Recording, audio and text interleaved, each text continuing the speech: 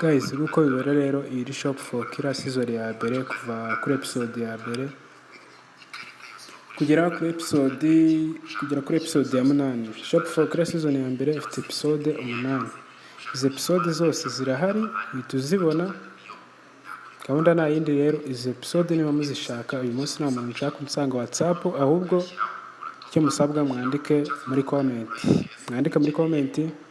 Nugenda utanditse muri comment niba urebye iyi video, kandi nugenda udakanze subscribe na like niba wakunze, cyangwa se niba ukunda ibintu nkora umuntu arayihirinze ngo abatemo ibintu bizima. Ariko nyine nk'uko mubibona, iyi ni shop for killer season ya mbere yasobanuwe na Rocky. Season ya kabiri kuri ubu yasohotse, ariko nubwo wenda hari umusobanuzi watangiye kuyisobanura witwa Perfect rero Perfect niwe watangiye kuyisobanura. Ubwo rero ndumva Perfect niba umureba nabidanje Perfect mwambwira abantu mushaka izasobanuye na Perfect nabatamo, cyangwa se barategereza Rocky nabwo ntaribi mwamutegereza akayisobanura.